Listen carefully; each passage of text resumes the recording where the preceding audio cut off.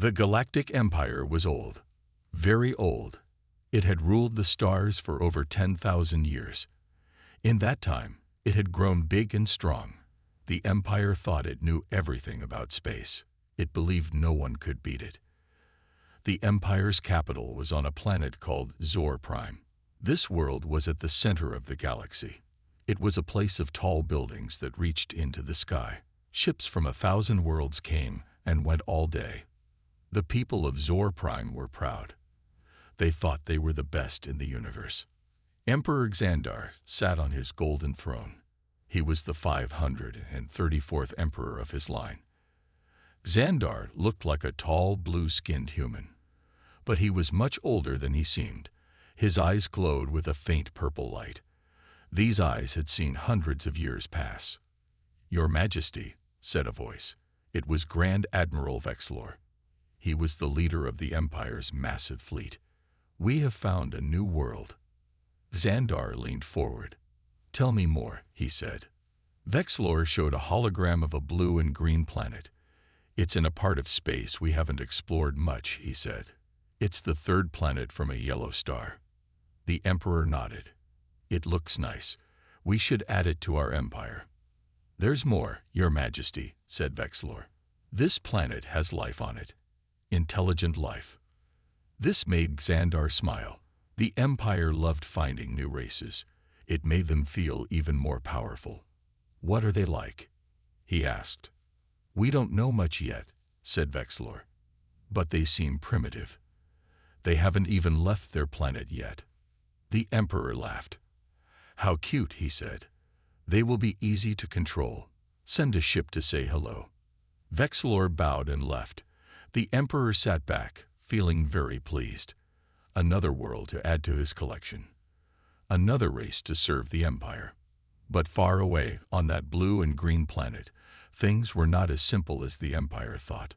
On Earth, humans were busy. They worked in tall buildings and drove cars on busy streets. They flew in planes across vast oceans, and in secret places, they dreamed of the stars. In a hidden base under a mountain, Dr. Sarah Chen looked at a computer screen. Strange signals blinked on it. "General," she said, "I think we're not alone." General Mike Thompson walked over. He was a tall man with gray hair. "What do you mean, Doctor?" he asked. "These signals," said Dr. Chen. "They're not natural, and they're not from Earth. Something is coming." The general's face got serious. "Are you sure?" he asked. Dr. Chen nodded. "Yes, sir. I think we're about to meet aliens." In another part of the base, a young soldier named Jack Martinez was training. He was learning to use a new kind of gun. It shot beams of energy instead of bullets. Jack didn't know it yet, but he would soon use this gun to defend Earth. Up in space, a small ship appeared near the moon. It was shaped like an arrow and glowed with a soft blue light. Inside, alien beings looked at Earth with great interest. "Captain," said one of them, "should we contact their leaders?" The captain, a tall figure with 4 arms, nodded. "Yes," he said. "Let's say hello to these humans." Back on Zor Prime, Emperor Xandar was planning a party. He wanted to celebrate adding a new world to his empire. He didn't know that the humans would not be easy to control. He had no idea that they would fight back. The Empire had ruled for so long that it had forgotten something important. It had forgotten that new and young did not always mean weak. It had forgotten that creatures who grew up on a dangerous world could be very strong indeed. As the Empire's ship got closer to Earth, 2 forces were about to meet. One was old and set in its ways. The other was young and full of surprise. The Empire thought it was just another day. But it was the beginning of something that would change the galaxy forever. The humans were about to show the stars what they could do, and the Galactic Empire was about to learn a very important lesson. Never underestimate a species that calls a death world home. The alien ship landed in a big field near New York City. It was early morning, and the sun was just coming up. The ship looked like a giant silver egg. It was smooth and shiny. People from nearby towns saw it and called the police. Soon, The field was full of people. There were police cars, army trucks, and news vans. Everyone wanted to see the aliens. They were excited and scared at the same time. General Thompson arrived in a black car. He got out and looked at the ship. "Dr. Chen," he said into his phone, "are you seeing this?" "Yes, sir," said Dr. Chen. She was watching on a big screen in her lab. "The ship's technology is far beyond ours." Suddenly, a door opened in the side of the ship. A ramp came down. Everyone held their breath. Then 3 aliens walked out. The aliens were tall and thin. They had blue skin and 4 arms each. Their heads were big, with large, kind-looking eyes. They wore shiny suits that seemed to glow. The alien in the middle stepped forward. It held up all 4 hands to show it was friendly. Then it spoke. Its voice was soft and musical. "Greetings, people of Earth," it said. "We come in peace from the Galactic Empire." General Thompson stepped forward. "Welcome to Earth," he said. "I'm General Mike Thompson. We're glad you come in peace." The alien nodded. "I am Captain Zix of the Imperial Scout ship Starlight. We are here to welcome you to the Empire." The general looked confused. "Welcome us to the Empire?" he asked. "What do you mean?" Captain Zix smiled. At least, it looked like a smile. "The Galactic Empire rules this part of space," it said. "We're here to bring you into our family of worlds." General Thompson frowned. He didn't like the sound of that. "We'll need to discuss this with our world leaders," he said. The alien captain looked surprised. "Discuss," it said. "But there's nothing to discuss. You're part of the Empire now. It's a great honor." Meanwhile, in space, more alien ships were arriving. They were big and powerful. They formed a ring around Earth. Back on the ground, people were getting worried. They could see the ships in the sky. It didn't look friendly anymore. General Thompson spoke into his phone. "Dr. Chen, are you seeing these new ships?" "Yes, sir," said Dr. Chen. Her voice was tense. "They're much bigger than the first one, and they're armed." The general turned back to Captain Zix. "We appreciate your offer," he said carefully, "but we're not ready to join any empire. We need time to think about it." The alien captain's smile disappeared. "I'm afraid you don't understand," it said. Its voice was colder now. "You don't have a choice. The Empire has claimed this world." General Thompson stood up straight. He was a brave man. "We do have a choice," he said firmly. "And we choose to stay free." Captain Zix shook its head. "You're making a mistake," it said. "The Empire is powerful. You can't fight us." Just then, Jack Martinez arrived with his team. They were carrying the new energy guns. Jack saw the aliens and felt scared, but he stood tall next to the general. "We may surprise you," said General Thompson. "Humans are stronger than we look." In space, the alien ships started to move. They were getting ready to attack. On Earth, people began to panic. They could feel that something bad was about to happen. But in secret bases around the world, humans were getting ready too. They had plans for this day. They had weapons the aliens didn't know about. The Galactic Empire thought this would be easy. They thought humans would just give up. They were about to learn how wrong they were. As the sun rose higher, Earth got ready for its first space battle.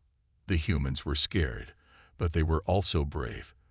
They were going to show the galaxy what they could do. The Empire had made a big mistake. They had threatened the wrong planet. Now they were going to find out why you should never underestimate humans. The news spread fast.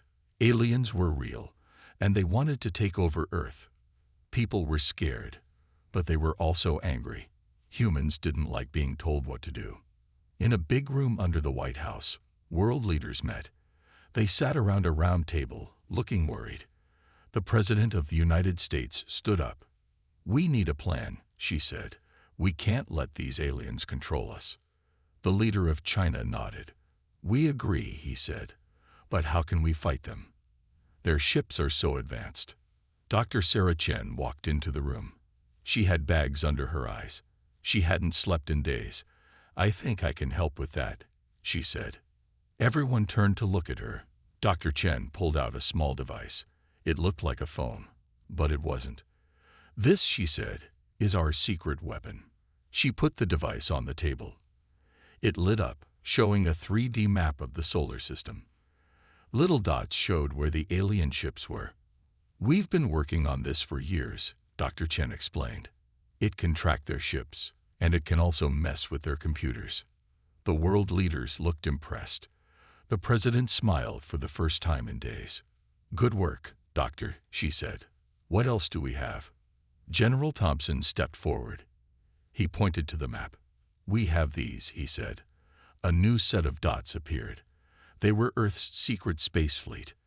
"We built these ships in secret," the general said. "They're not as big as the alien ships, but they're fast and hard to see." The leader of Russia leaned forward. "How many do we have?" he asked. 500, said the general, "hidden in bases on the Moon and Mars." The room was quiet. Then the president spoke again. "It's a start," she said, "but we need more. We need everyone to help." She turned to the others. "We need to tell the world," she said. "We need every country, every person to work together. Can we do that?" One by one, the world leaders nodded. They knew it wouldn't be easy, but they also knew they had no choice. Meanwhile, in cities and towns all over the world, people were getting ready. They didn't know about the secret ships or the special device, but they knew they had to fight. In New York, a group of hackers met in a small apartment. They were young, but they were very good with computers. "We can't fight the aliens with guns," said one of them, a girl named Maria. "But maybe we can fight them with code." Her friends nodded. They started typing, trying to break into the alien ship systems. In a factory in Japan, workers were changing their machines. Instead of making cars, they were now making parts for weapons. The factory boss looked at the new plans. "We need to work faster," he said. "The world is counting on us." In Africa, tribes that had fought for years came together. They shared their knowledge of the land, of hiding and surviving. "The aliens may have fancy ships," said an old tribal leader, "but they don't know our Earth like we do." Even in space, humans were getting ready. On the International Space Station, astronauts were turning their home into a battle station. They added guns to the outside. They changed their experiments into ways to study the alien ships. "We have the best view up here," said one astronaut. "We'll be the first to see them coming." Back in her lab, Dr. Chen worked on her device. She was trying to make it stronger. Next to her, Jack Martinez practiced with his energy gun. "Do you think we have a chance?" Jack asked. He looked worried. Dr. Chen smiled at him. "We're humans," she said. "We always have a chance." As the sun set on another day, Earth was changing. It wasn't just a planet anymore. It was becoming a fortress. The aliens thought they were attacking a weak world, but they were wrong. They were about to face a planet united, a species that refused to give up. Humans were known for their creativity, their ability to adapt. Now they were using those skills to get ready for the biggest fight of their lives. The Galactic Empire didn't know it yet, but they had woken a sleeping giant.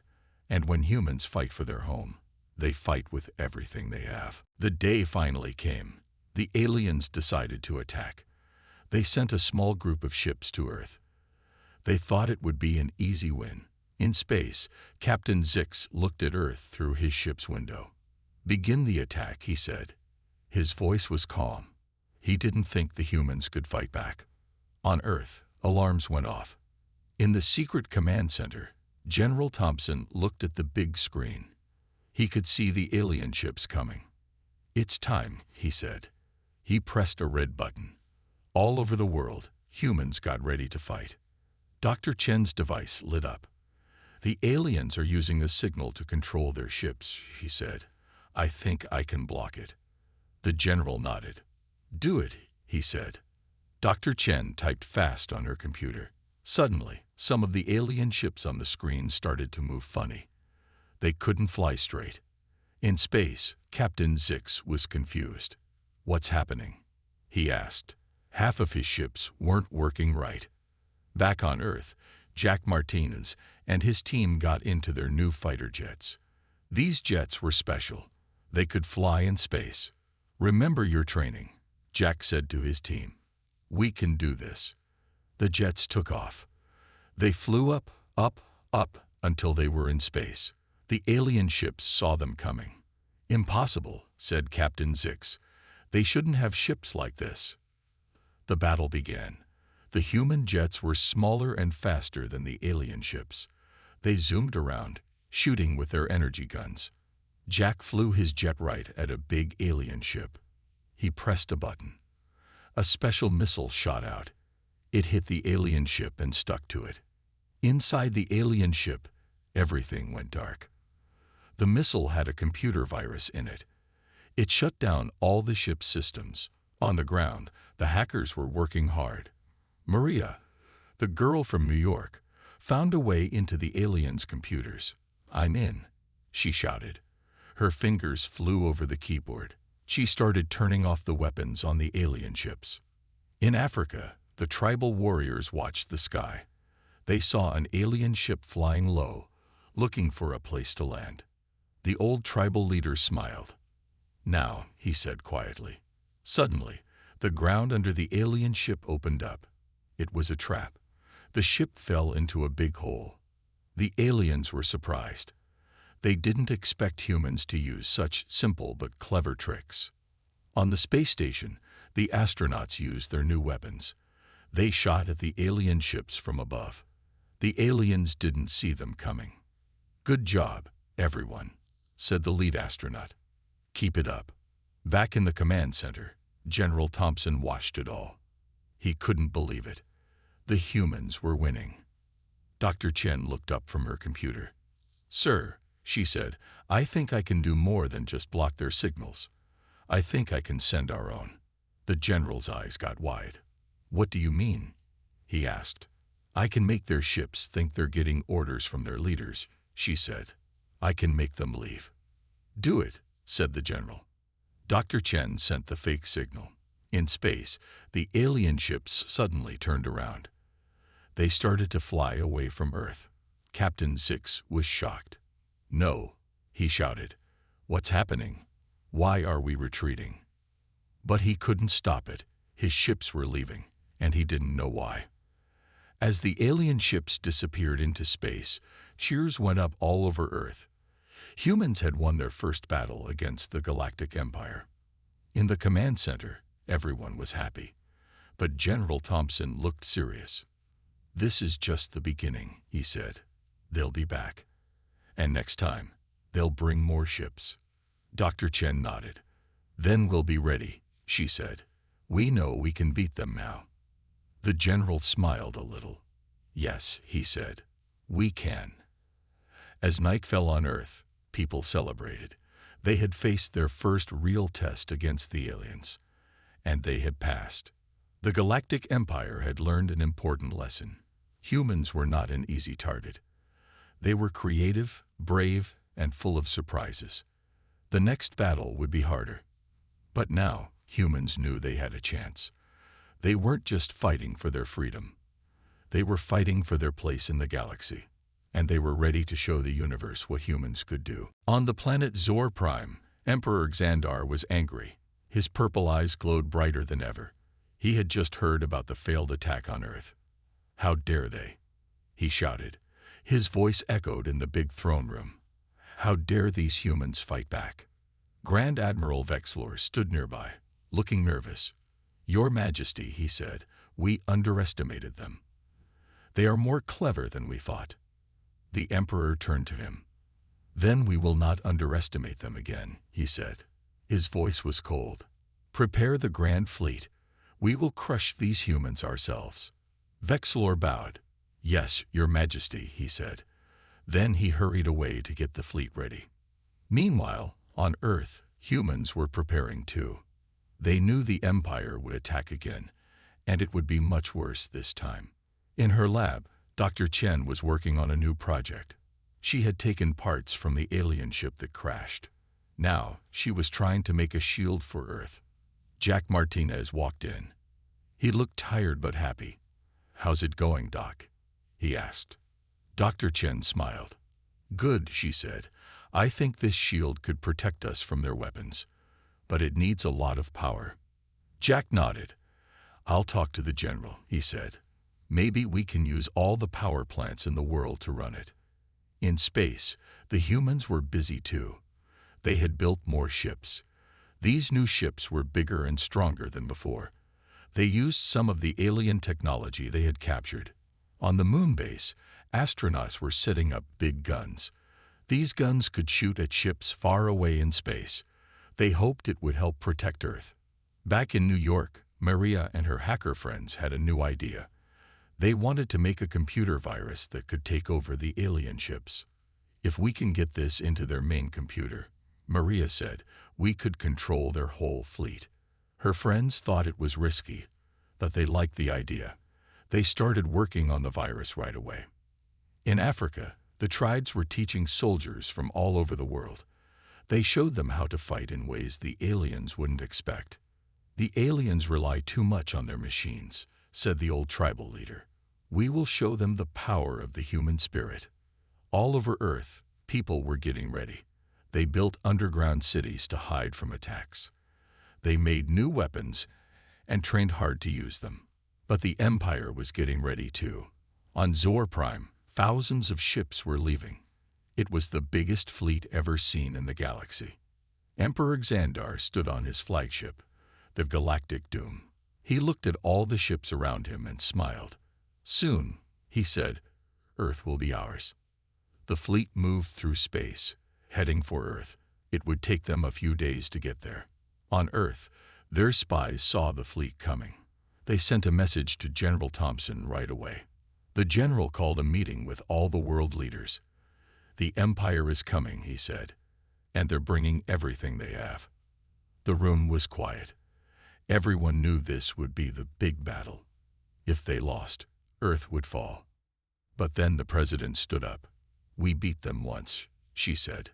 "We can do it again. We have something they don't have." "What's that?" asked another leader. The president smiled.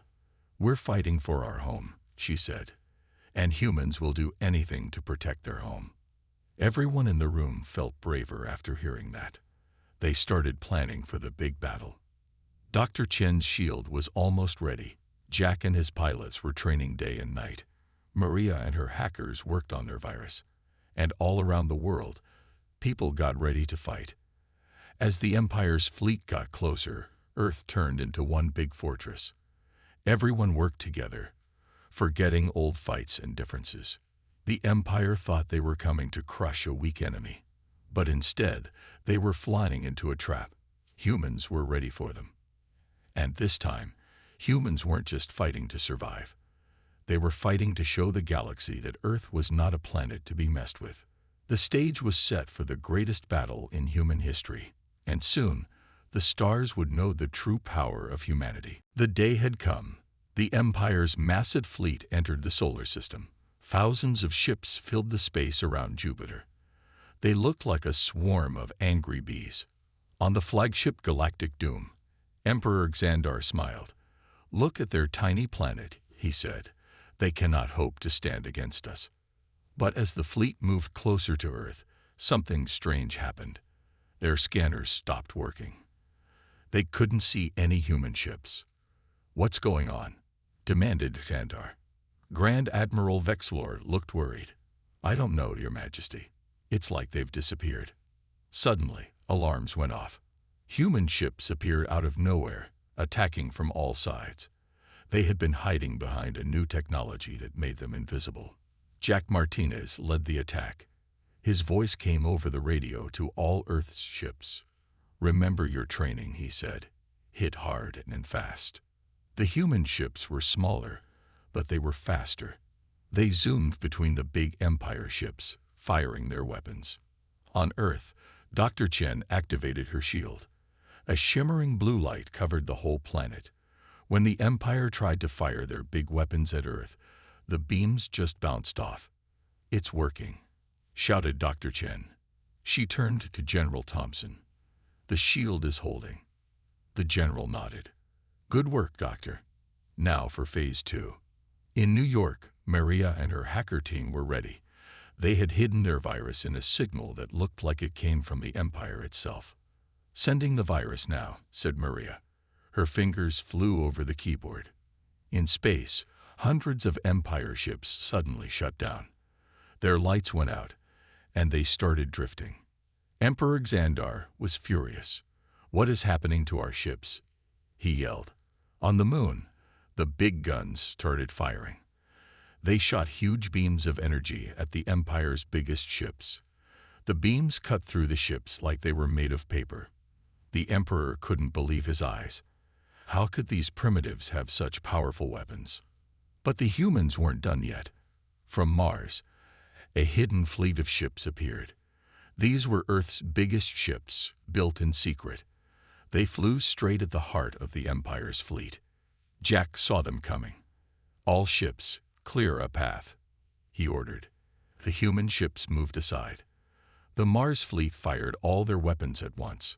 A wall of energy hit the Empire ships, destroying hundreds in one blast. Emperor Xandar's ship shook. For the first time, he felt fear. This is impossible," he said. In Africa, the tribal leaders performed an ancient ritual. They asked the Earth itself for help. No one expected anything to happen, but suddenly, a strange energy burst from the planet. It made all of Earth's weapons and shields stronger.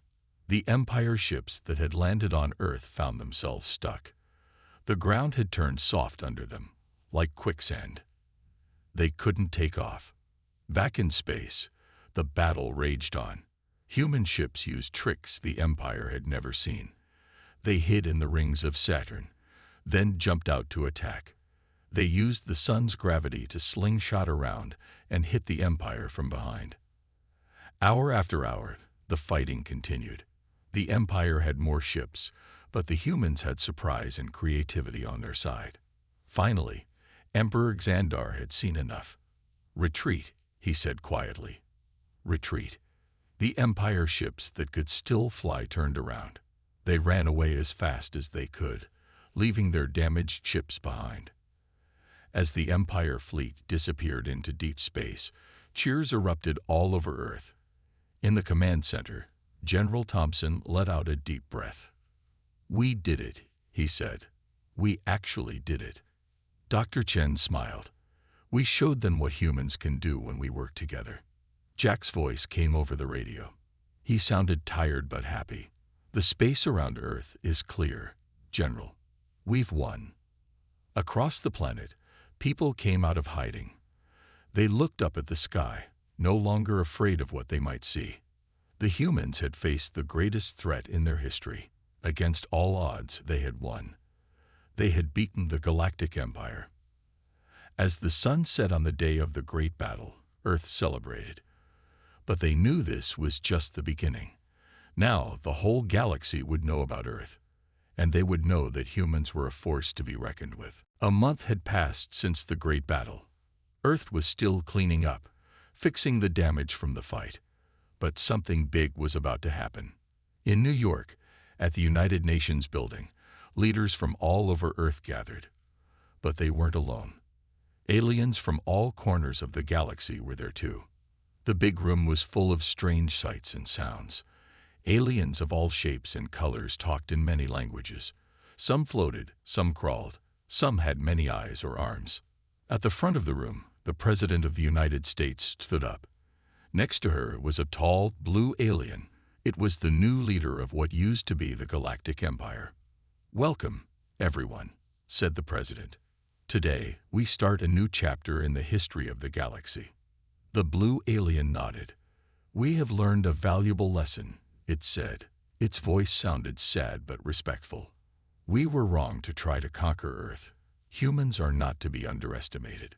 In the crowd, Dr. Chen and Jack Martinez sat together. They could hardly believe what they were seeing. "Did you ever think we'd be here?" Jack whispered. "Sitting in a room full of aliens, as equals." Dr. Chen shook her head. Never, she said, but I'm glad we are. The president continued her speech. The old Galactic Empire is no more, she said. Instead, we will form a new galactic alliance. All species will have an equal voice. The room buzzed with excitement.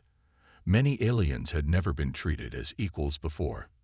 The blue alien leader spoke again.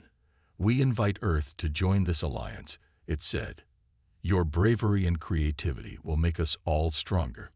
General Thompson, sitting in the front row, stood up. We accept, he said.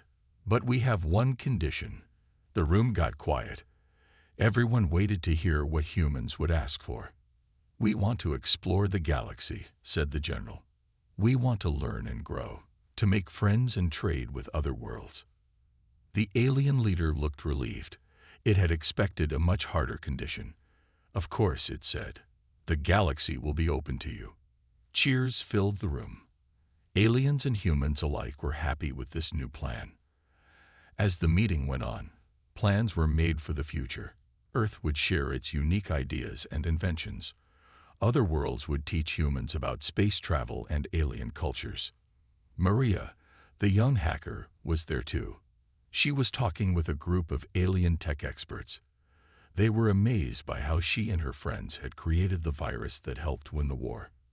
You must teach us your ways of thinking, said one alien with 3 eyes. What do you call it? Thinking outside the box. Maria laughed. Sure, she said. And maybe you can teach me how your quantum computers work. All over the room, similar conversations were happening. Humans and aliens were learning from each other, sharing ideas, and making friends. As the day went on, more plans were made. Earth would get help to clean up from the battle. Humans would join alien universities to learn advanced science, and aliens would come to Earth to study human art, music, and culture. At the end of the meeting, the president and the alien leader signed a new treaty. It was called the Galactic Alliance of Equals. As everyone stood up to clap, Dr. Chen turned to Jack. You know, she said, I think this is just the beginning of something amazing. Jack nodded. Yeah, he said. Who knows what we'll discover out there in the stars? That night, as news of the treaty spread, people all over Earth celebrated. They looked up at the stars with new eyes. The galaxy wasn't a scary place anymore. It was full of wonders to explore. In schools, children started learning about alien worlds. In labs, scientists began working on faster spaceships. And in homes everywhere, people dreamed of the adventures to come. The war had been hard, but it had brought Earth together like never before. And now, it had given humans a new place in the galaxy. As the sun set on this historic day, a new era began. Humans were no longer alone in the universe. They were part of something bigger, something wonderful. And the whole galaxy was watching, waiting to see what these amazing humans would do next.